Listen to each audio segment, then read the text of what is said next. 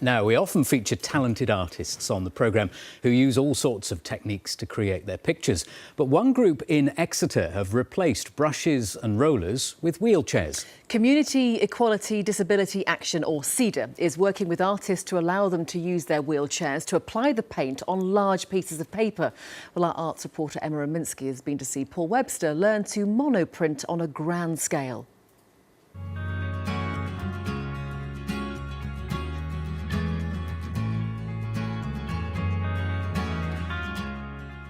I love it. I love it. This is Kurt Jackson, that we looked at before.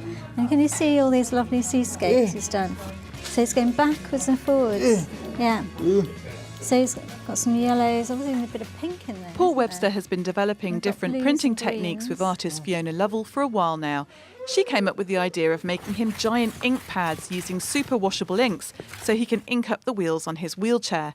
They had to abandon using oil-based paint that took days to dry and were tricky to clean off, but they're pleased with the result. So we've taken what we call a monoprint, so we've laid a piece of paper on top of that and we've captured those lovely marks from the wheelchair onto paper. It was very good and fun. How do you get the ideas for your pictures? I look at the outside world, the beach.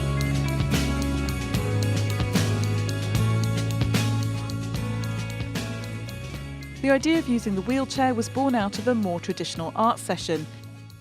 What kind of images are we going to use? The artists teaching the print class realised they could adapt the lesson. We really wanted to move on to something bigger to do the wheelchair printing, which was a bit more, I suppose, a bit more accessible for people in some ways, because they're in their chairs and they're able to actually use the chairs to make the prints. Gradually, the techniques they've developed have increased as Paul's got more and more confident collaborating with Fiona. You want free to choose or freedom to choose? Free to choose. Okay.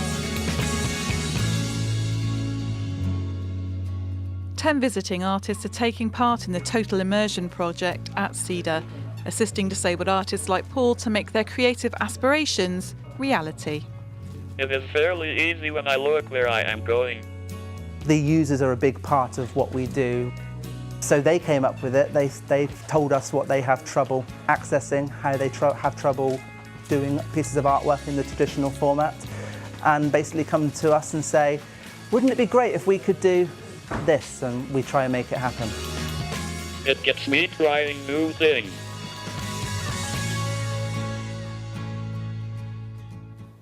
And more art on the programme tomorrow. In the meantime, David's here with the weather forecast. It was really kind of misty this morning again. It was, but it brightened up. Yeah, autumnal. I've got some art to show you, actually, because our photographs have been coming in again. Hello, good evening. Our weather...